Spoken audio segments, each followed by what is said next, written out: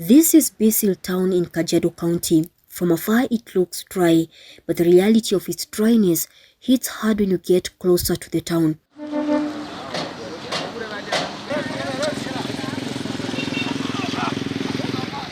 Here, water is a dream that not too many can afford. For them, their thirst for the commodity is far from being quenched, and being one of the arid and semi-arid areas makes things even worse.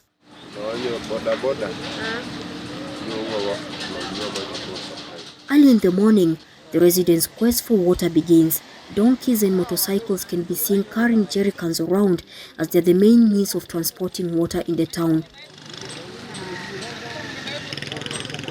But one would ask, where does this water come from?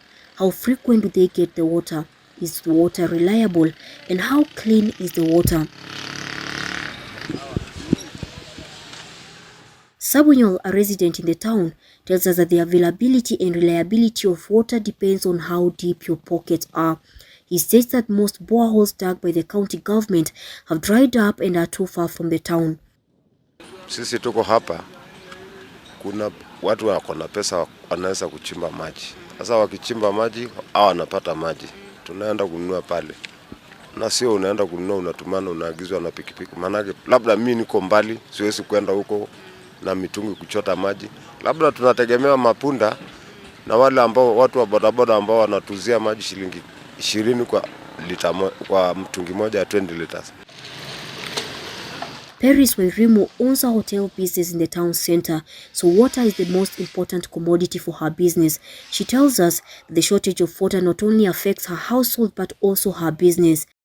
Kwa sababu hata hiyo pesa ni ngumu sana kupatikana kulingana na ile hali iko. Mambo imekuwa ngumu, kwa hivyo hata inaniletea hasara. Unakuta ya kwamba hata hiyo maji tukiletewa, tunaletewa kwa hali ya madeni. Na hiyo madeni mzigo inakuwa kubwa, tunashindwa mpaka na kulipa yale maji. It is even worse for the two, with the skyrocketing cost of living. Sasa hii maisha imekuwa ngumu. Hii maisha sijui kama ni maji utanunua ama ni unga. Na ndio huyu rais wetu anasema ati tupande sijui tulime. Tunalima nini? Na unaona kiangazi vile iko. Despite being salty, some residents of Bisil draw water from boreholes, something they agree is not sustainable. Nakuta hiyo hali ya maji imetuagamiza kabisa. Maana tunashindwa tutanunua chakula ama tutanunua maji. Kwa sababu tunapitia hali gumu sana. Unakuta ya kwamba hata watoto wetu saa ingine wanaamuka bila hata kufanya chochote. However, those in quest of fresh water also get it, but at a price as well. We're directed to a shop that sells water using a machine. Here, one can get a glass of water at 5 shillings. The water, we are told, is brought in from other places, especially Naivasha, through water tankers. The owners of such shops buy and then later sell the water to the residents. Glass of water goes for 5 shillings, 5 Kenyan shillings. And he tells me that the residents here would come and say what they want. If you want 10 shillings, you get your water for 10 shillings. If you want 20 shillings, you get your water for 20 shillings. And I mean, this is a nice technology considering the fact that this is a dry area. So whenever there is a market, whenever it's a market day, this is what they do. You come and they use this glass right here. Sometimes they use this glass right here. You come and then they give you your water. Apart from boreholes, we are also told that rivers are a dependable source of water. We therefore take a trip to the Bisil River, where the picture of the lack of water becomes even clearer. Even for the animals, the hope to quench their thirst looks bleak. The river is characterized by stones, grass, and only few patches of water.